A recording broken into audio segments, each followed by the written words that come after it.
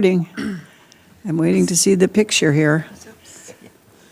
All right, welcome everybody. It's 4 p.m. on Thursday, July 10th, 2025.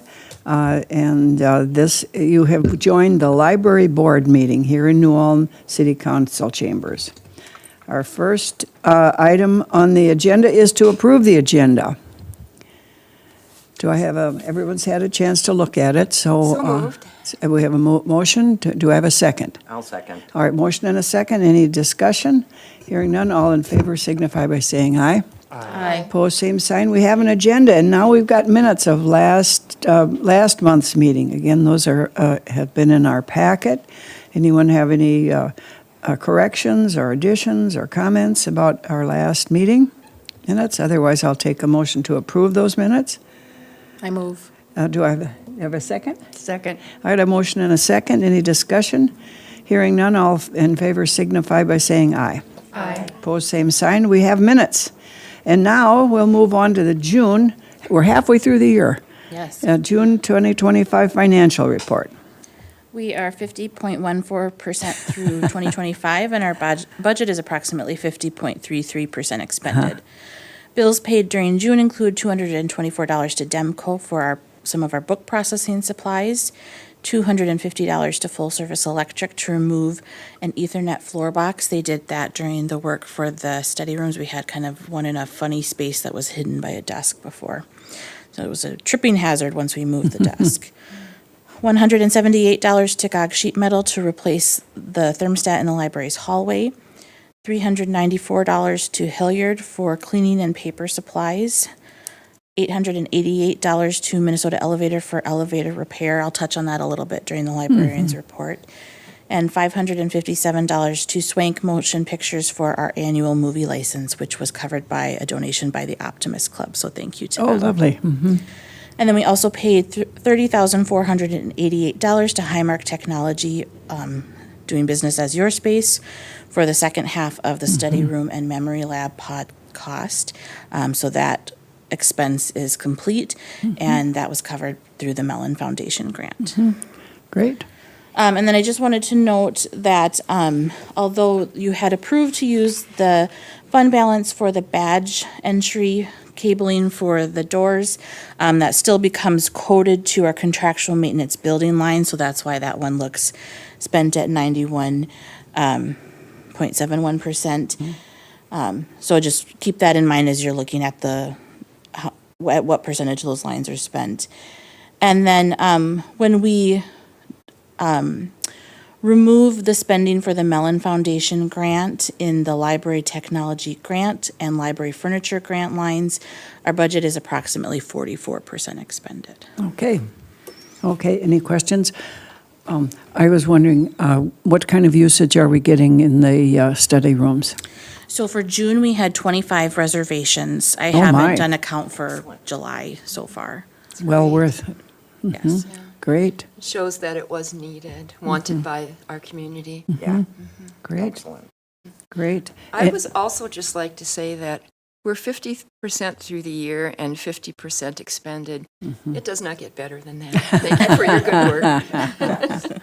I'm always impressed at that. Yes. We're either at the same or below. Yeah, great, great. Anyone else have any comments or questions? Otherwise, we can move on to the library activities report and statistics.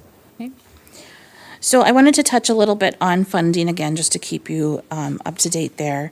So on June 14th, Governor Walz signed the final bills completing the 2-year state budget for Minnesota.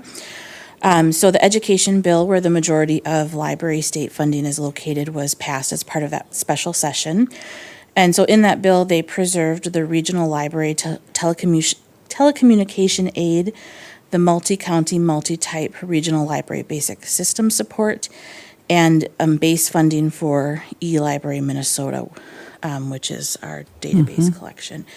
And so those fundings serve to support the operations of our regional library and the services that they offer to us and other libraries, as well as supplementing the federal money that we receive through E-rate for our internet access. So through that regional library telecommunication aid and E-rate, our internet costs are completely covered. They also preserved base funding for Minitex operations. So that's, just their base funding for operations. The federal funding that we've been talking about through IMLS is used towards resource sharing, the interlibrary loan, and then also towards part of the eLibrary Minnesota expenses. Minitex has not made any announcements about reduced or altered services due to those federal grant reductions yet, so we're still waiting to hear on how that might affect some of those services, or if other things might take the cut. We're not sure on that yet. The state also secured a one-time funding infusion of $1 million for eLibrary Minnesota for fiscal year '26 to help with those expenses. And then during the regular 2025 session, they secured $2.7 million per year for the next 2 years for the arts and cultural heritage funding. And that goes to our regional library system, and then they subgrant it to their member libraries, and we can apply for those funds. The bill also included a number of items that affect school libraries, but I'm not going to go into those details here. So as far as the Institute for Museum and Library Services, or IMLS, next up in the federal budget process, the Labor, Health, and Human Services Education and Related Agencies Subcommittee, LHHSE, they're developing their detailed funding proposal, which includes libraries, and that are later taken up by the full committees. So this is still an opportunity to talk to your representatives about what gets proposed and moved through appropriations. Excuse me, April, on that topic, I am wondering if there are other board members who would care to join me in writing a letter to our congressman. I think it would be good if we could have a letter to him and maybe also send it to the local newspaper of board support for maintaining that funding. Are others interested in? Yeah. I mean, not everyone needs to do it, obviously, or if a few of us wanted to meet and compose the letter could be sent out to all board members, and then each board member could decide whether or not they wished to sign it. Yeah. I think that's an excellent idea. Okay. I'd All be right. more than happy to join. Do we want to choose a time now or maybe at the end of the meeting to make that happen?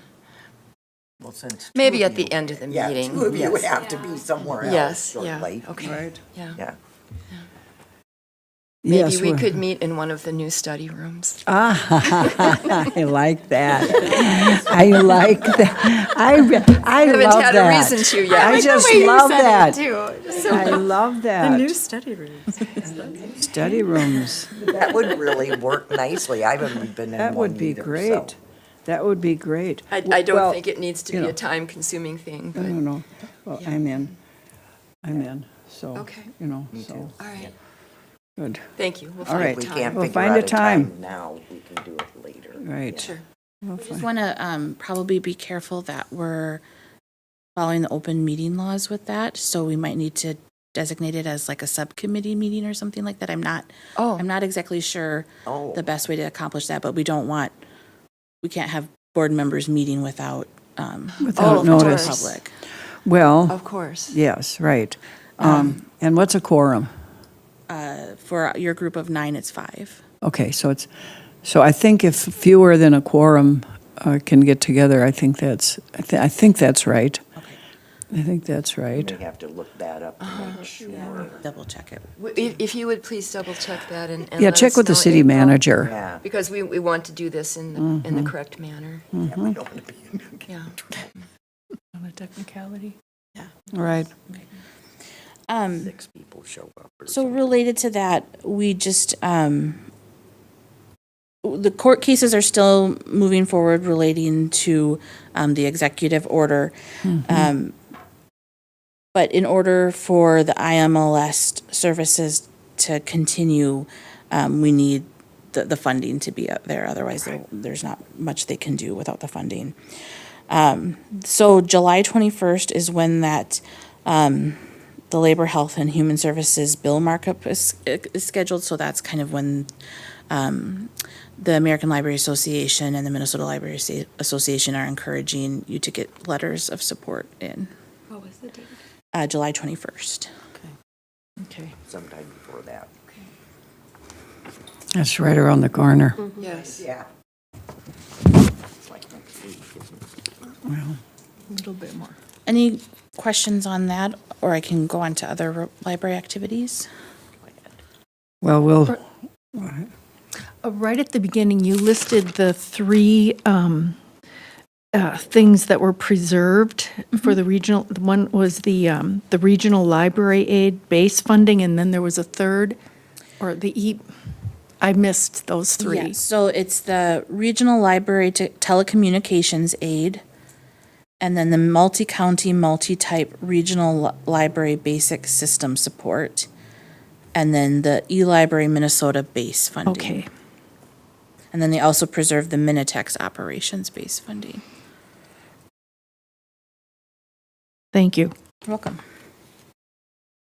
so the main issue is with the federal funding, Yeah. and that's very broad. Well, I'll just put in a little thank you to April. April is coming to our League of Women Voters meeting on Saturday. And after that meeting, I'll know a lot more. So, because there's really smart people there, and they'll ask real smart questions, so good, and I appreciate that. So, but I think we can go on. Okay. Yeah. So I mentioned this at our last meeting, but we've had issues with the children's room elevator. The keypad that we use to lock the floors that are not available for public access went out completely. And so the city IT director's recommendation is to put a keypad in there that can work with our badges the way the new system, the door system does now. So he's been working to get a quote for that from the company we used for the doors, but Minnesota Elevator will also have to do some work, so we're waiting on them for a quote on that work too. So it's a little bit more involved to get that information. And then I did check with the city finance director that funds for that would come from the city's 290 building fund. It wouldn't come directly from the library's budget. I mentioned last month that they were working on the steam line that runs through the library's parking lot. That work is complete. We're just waiting for that piece of the parking lot that was dug up to be patched. So they continue to put more dirt in there to get packed down. And then we've given out over 500 summer reading program logs so far this summer. Last year, we gave out 429 total by the end of the program, so we're ahead of where we were last year. And it has been busy in the children's room. We've had regularly had between 50 to 70 people at story times. It's hopping up there, so that's been great. Excellent. And then I just wanted to note some statistics to you. We removed some items from our monthly reference statistics, things like the unavailable hotspot, because hotspots are holdable. We no longer receive requests for contactless pickup. We have study rooms, so we're not tracking those requests, we're tracking those uses now. And then digital charging stations, we don't really receive requests for that any longer. And then the recreation center passes, we have those passes as holdable now too. So those things are not really needed to be tracked anymore because we know what we're doing there. And then we did add a section to the activities report for the library space use, which will report the use of the study and the meeting rooms for you each month. And we only had one non-library use for the meeting room this month, but that was because we limit our calendar for that during June and July because we want that space available for summer reading program activities. And sometimes we have to move a story time downstairs at the last minute because the AC is not working or the room is too full, those kind of things, so. Good reason for being too full. And then our patron computer use is up 15% over June 2024.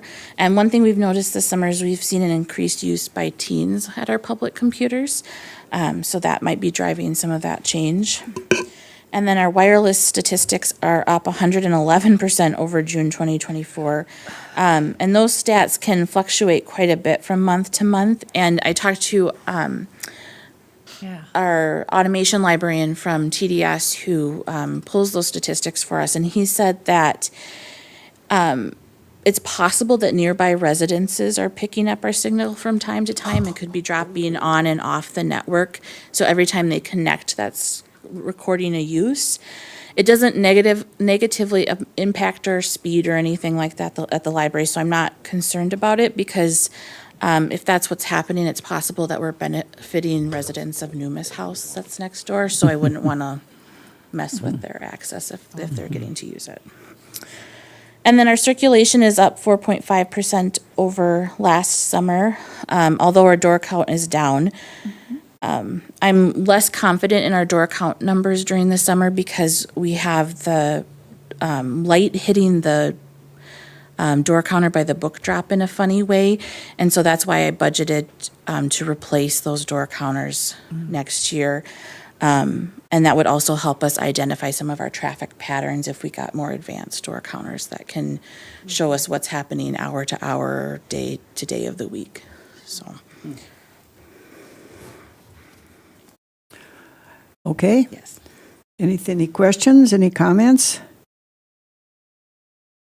People love the library. You want to go through the programming for July? Sure. Our summer reading program is busy, like I mentioned. We have some upcoming activities that families might be interested in. We have Riff and Griffin at the concert in the park this evening at 7 p.m. And that's in German Park. And thanks to KNUJ and Park and Rec for partnering with us on that. And then we also have Mixed Nuts coming next Thursday, July 17th at 1 p.m., and that's at the library in our meeting room. And they are a comedy couple who does family-friendly slapstick comedy.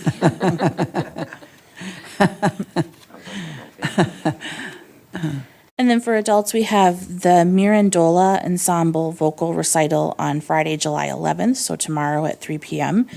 And they are going to perform a cappella choral music from the early American sacred harp tradition, some traditional German music, and then they also have a set about water and rivers. We have AM radio hits with Joey Leone. He has performed at the library before, but he'll be talking about AM radio hits and then performing with his band. And that's at the Community Center on Tuesday, July 15th at 1 p.m. And we're partnering with CAST for that program. I just wanted to clarify something. When the a cappella group comes tomorrow at 3 o'clock, they're going to be performing in the Johnson room, right? They are actually going to be performing in the meeting room. We were able to switch the schedule a little bit so that we Okay. can have that space because that's a little bit better acoustically. Okay, so they'll be down in the basement. Okay, good, because, And the senior film will be in a different location? or- Leroy actually talked with Cara from CAST about it, and we're canceling it for Oh, tomorrow. okay. All right. And she's encouraging CAST members to come to the Certainly. recital. oh, it sounds wonderful. Yeah, A cappella it does. music, it just sounds fabulous. It's wonderful. And then we have a Scandinavian folk art class on Monday, July 21st at 1 p.m. Artist Cami Anderson will be giving an introduction on Scandinavian folk art and history, and then she'll be leading attendees in creating their own cross-stitch piece. We are taking registrations for that just to make sure she has the right number of supplies, and registration is half full, so if you're interested, get registered now. And then we have an author visit with Doreen Nicholas on Saturday, July 26th at 9:30 a.m. And that's at the library, and she's discussing her new romance novel, Cottonwood Farm, and her journey as a writer, and she's originally from Comfrey. And she's been here before, right? I think so. I think so. Yeah. Fun. And then we are participating in New Ulm Night Out on Thursday, July 31st from 5:30 to 8:30 p.m. in German Park. And so local area emergency preparedness services and emergency services will be there to share information. So Leroy is helping coordinate that piece of the evening. And then we'll also have an activity booth as well. Megan will be there with some of our staffers and some volunteers, and we'll be making buttons. Yay. Great. Anything else? Just, and is- if you can't find fun at the library, then you just don't know where to look for fun, you know? Not trying either. Yeah, right. Great. All right, we got 6 action items. And the first one is, I gotta back up here, is to approve the preliminary budget. And so now, do we look at this, is it now that we pass it, or? Yes. Yeah, okay, good. Yes, right. it was not a resolution last month, but there was That's right, okay. a rundown Got of it. Got it. All right, well, I've got to find my resolution here. Oh, here it is. All right. This is a resolution 2025-17, approving the preliminary 2026 budget. The attached 2026 preliminary library budget was prepared by the library director and must be submitted to the finance director by July 25th, 2025. The library director will attend a budget work session with the city council, city manager, finance director, and other department heads. The date is to be determined, but she will keep the library board informed about decisions affecting the library. Most of the library's revenue comes from taxes general, which will be entered by the city finance department and approved by the city council. The Brown County Library Board is scheduled to meet with the Brown County Commissioners on August 28th at 11:15 a.m. to discuss the 2026 county library appropriations request. The library director has estimated revenue under the categories of charges for services and fines and fees based on previous year's actual revenue and revenue generated so far in 2025. Based on those figures, the library director does not recommend any changes in the revenue lines, in those revenue lines that the library board does control. The library's primary expense is personnel services, which includes salaries and insurance, and these items are also set by the finance department. Those numbers are not yet finalized, and changes to those numbers are not shown on the attached preliminary library budget. The Traverse des Sioux Library Board did approve a 6.17% increase, $1,834.88, in New Ulm Public Library's 2026 membership fees, reflected in the cataloging and processing budget line. TDS fees are based on a formula that includes all TDS member libraries, and the electronic resources line includes the New Ulm Public Library's 2026 overdrive fees, which total $8,092. The library director has noted explanations for her recommended line item changes in the attached budget chart. The changes total an overall increase of $8,734.88, or 0.78 in lines overseen by the library board. For comparison, the 2025 preliminary library expenses showed an overall increase of 35, that's a difference, $35,537.12, or 3.52%. The reason for that larger increase for 2025 was the $25,000 budgeted for the office furniture and equipment line for shelving projects. Looking back at the 2024 preliminary library expenses showed a 1.3% increase of $11,314. That is the resolution. Now, we've had this budget, we've got April's explanation for the things that we do control, and just to remember that the money coming in is a city council decision, and the money going out for personnel expenses is also not for us. But the things that we do control are for us to talk about and decide. So anybody got any questions or comments? I will note that this is, there are no changes to this draft from the one you saw in June. Okay. Thank you for putting in that comparison. Yes, that was helpful. And overall, many of the categories are not changing. No. It's minimal. There were some lines where we found more efficient ways to do things, and so those have been underspent. And so in those cases, I tried to shift funds from those lines to the lines where we did need some of those increases. Well, and sometimes the coding is a little difficult to understand. And I know every time you talk about expenses, and there's one of those little coding things, you explain that, and I appreciate that. So, anything else? Thank you for doing this. Thank you for representing us well at the budget meeting. Well, if there's no further questions or discussion, I will take a motion offer the resolution. Do I have a motion to offer the resolution? So move. Do I have a second? Second. Okay. Any further discussion on this particular resolution to approve the preliminary 2026 budget? Hearing none, Secretary, would you please call the roll?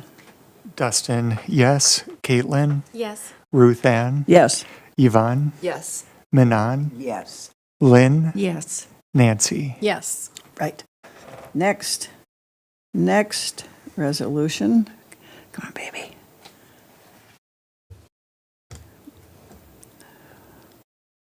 Okay.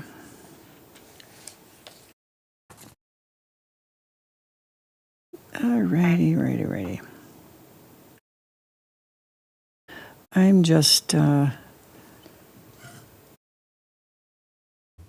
this is the resolution to accept all the donations, and it just doesn't want to come up. Come on. What am I doing wrong?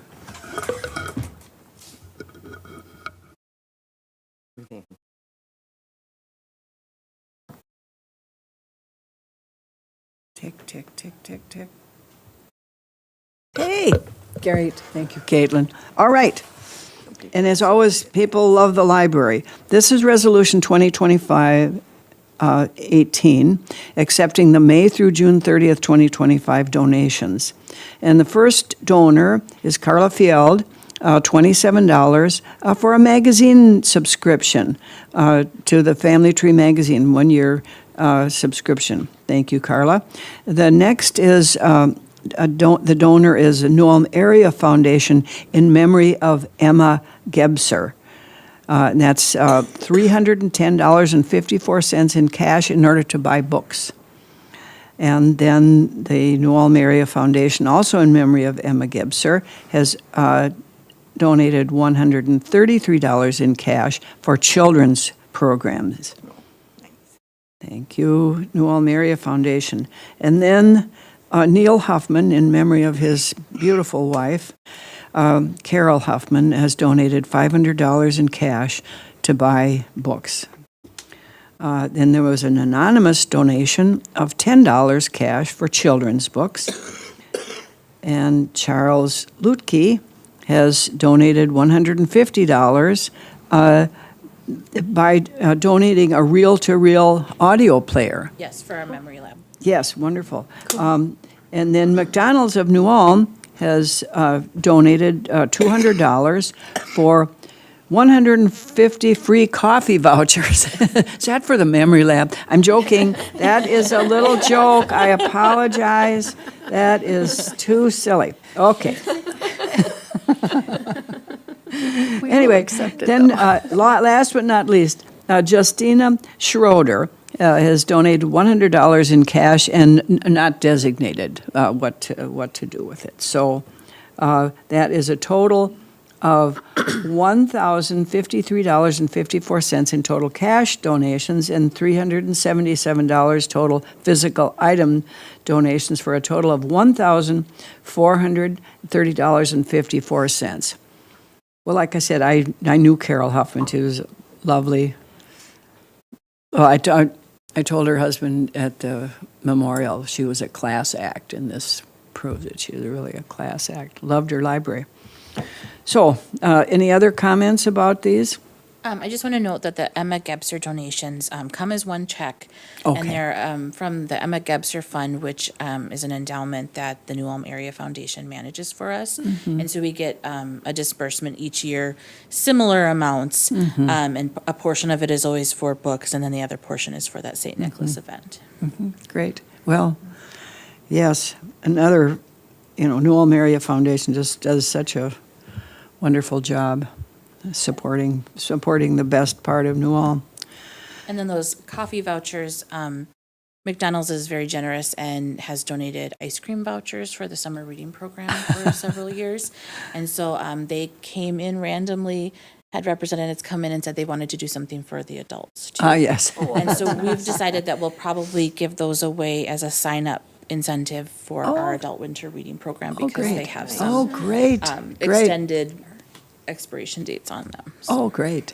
Great. Oh, wonderful. Thank you, McDonald's. Yes. Good. Anything else? Otherwise, I will take a motion to. I'll move. All right. I have a motion second. All in favor? Any more discussion? Hearing none, call the roll, please. Dustin, yes. Caitlin? Yes. Ruth Ann? Yes. Yvonne? Yes. Manon? Yes. Lynn? Yes. Nancy? Yes. All right. Now I'm back again here. There. Oh, there I am. All right. All right. Now we need to accept the arts and culture. I don't know what in the world. Oh, good. Thank you. I'll see if I can remember. All right, this is Resolution 2025-19, accepting Arts and Cultural Heritage Fund grant. At the June 2025 meeting, the Traverse des Sioux Regional Library Board awarded New Ulm Public Library with an Arts and Cultural Heritage Fund legacy grant in the amount of $1,100 to fund a presentation by author Kent Nerburn. Nerburn is a two-time winner of the Minnesota Book Award. His work is recognized for respectfully bridging the gap between Native and non-Native cultures and has been praised by Native writers Louise Erdrich and Leonard Peltier, among others. Okay. Any comments or questions about this one? Otherwise, I'll take a motion to accept the Arts and Culture Heritage Fund grant. So moved. Do I have a second? Second. Any further discussion? Hearing none, can we call the roll? Dustin, yes. Caitlin? Yes. Ruth Ann? Yes. Yvonne? Yes. Manon? Yes. Lynn? Yes. Nancy? Yes. Yes, all right. We have a resolution. Now, Sounds very good. oh, yes, right. Now, what? Yeah, There you go. there I go. All right. I think I might actually have it. Okay. Here we go. Resolution number 2025-20, accepting TDS collaborative programming grants. In July 2025, the Traverse des Sioux Regional Library awarded New Ulm Public Library with 2 collaborative programming grants to fund performers for the summer reading program at each of the 5 Brown County libraries. These grants are meant to help connect libraries with new and diverse audiences through collaborative programming. The New Ulm Public Library was awarded the following grant amounts. $5,000 to fund performances by Riffin Griffin. Yay, Riffin Griffin performs entertaining, educational, and funny music that is fun for kids and adults alike. He will perform in New Ulm today, no, on Thursday, July 10th, at 7 p.m. in German Park as part of the Concerts in the Park series, which is offered in partnership with New Ulm Park and Rec and KNUJ. Next, $3,875 to fund performances by Mixed Nuts. Mixed Nuts is a husband and wife comedy duo specializing in high-energy pratfalls and family-conscious slapstick entertainment. They will perform at the New Ulm Public Library on Thursday, July 17th at 1 p.m. Okay, any questions, comments? We went over this earlier, so I'll take a motion to offer this resolution. I'll move. Do I have a second? Second. Any other discussion? Hearing none. Dustin, can you call the roll? Dustin, yes. Caitlin, Yes. Ruth Ann, Yes. Yvonne, Yes. Manon, Yes. Lynn, Yes. Nancy. Yes. Okay. Next, come on. I got it. Resolution number 2025-21, accepting Minnesota Department of Natural Resources grants. The New Ulm Public Library has been selected as a partner library for the Minnesota Department of Natural Resources State Park Pass Program for the period of July 1st, 2025 through June 30th, 2028. New Ulm Public Library will circulate 3 annual state park passes. Passes may be checked out at the library and expire after 7 days. This program allows Minnesotans to visit our state parks free of charge, providing increased opportunity for individuals and families to enjoy the health and special benefits of time at state parks. Each pass is valued at $35 per year, so the total grant over the 3-year period is $315. Great. How, and you'll, I checked out 2 already this week. I'm not sure about the third one. Maybe it went out today. okay, right. Well, it's beautiful at the park. Great program. Yes. Anybody else have anything? All right. I think it's wonderful. It's a great value, and it's a great value for families. The DNR, this was a program that was piloted in 2018 and expanded in 2021, and then again, they expanded it this year to include more libraries. So now there's at least 1 library in every county in Minnesota that has. Oh, that's wonderful. That's wonderful. The Springfield Library and the Comfrey Library also have passes, as does the St. Peter Library and other libraries throughout the Traverse to Sioux regional system. Wonderful. Wonderful. Motion to. I make a motion. All right. I'll second All it. right. Motion second. Anything else? Dustin, call the roll. Dustin, yes. Excuse me. Caitlin, Yes. Ruth Ann. Yes. Yvonne, Yes. Manon, Yes. Lynn, Yes. Nancy. Yes. Okay. Now, last but not least, I've got to find resolution number 2025-22. I wonder if we're halfway through the resolutions. And anyway, approval of the use of $5,000 from the Kitty Lieb Fund. And I actually worked with Kitty Lieb when she was a secretary at the Gislason office. Lovely woman. A bequest of $50,000 from the estate of Hildegard Kitty Lieb was made to the New Ulm Public Library in 1999.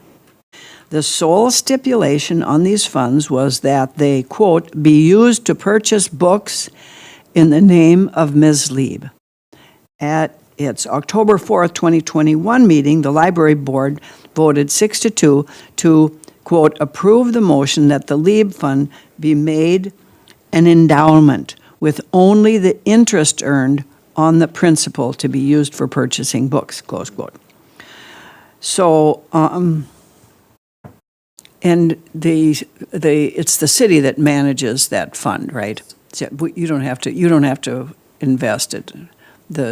No, the city manages The it. city, somebody else takes care of it. So anyway, as of July 3rd, 2025, the balance of the LEAB fund is $64,805.38. So it's been invested well. And the library last requested money from the LEAB fund in January of 2023. So this request, and it's there to be used, so we might as well use it.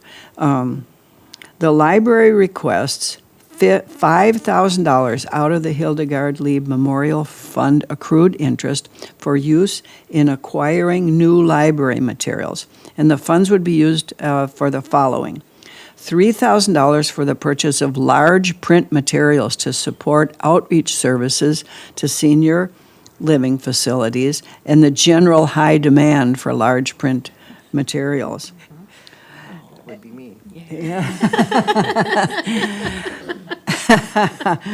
And $2,000 for the purchase of Vox or Wonder Books, which are print picture books that have an accompanying audio component. So for the seniors and the kiddos, right? It sounds wonderful. It's a great idea.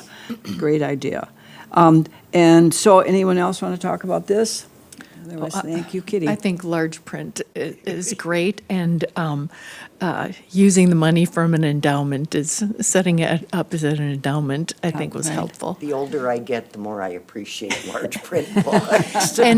And as a former teacher, the Vox and Wonder Books, I use them with my kids all the time, and they're just, it's a good support for early readers, just a wonderful support.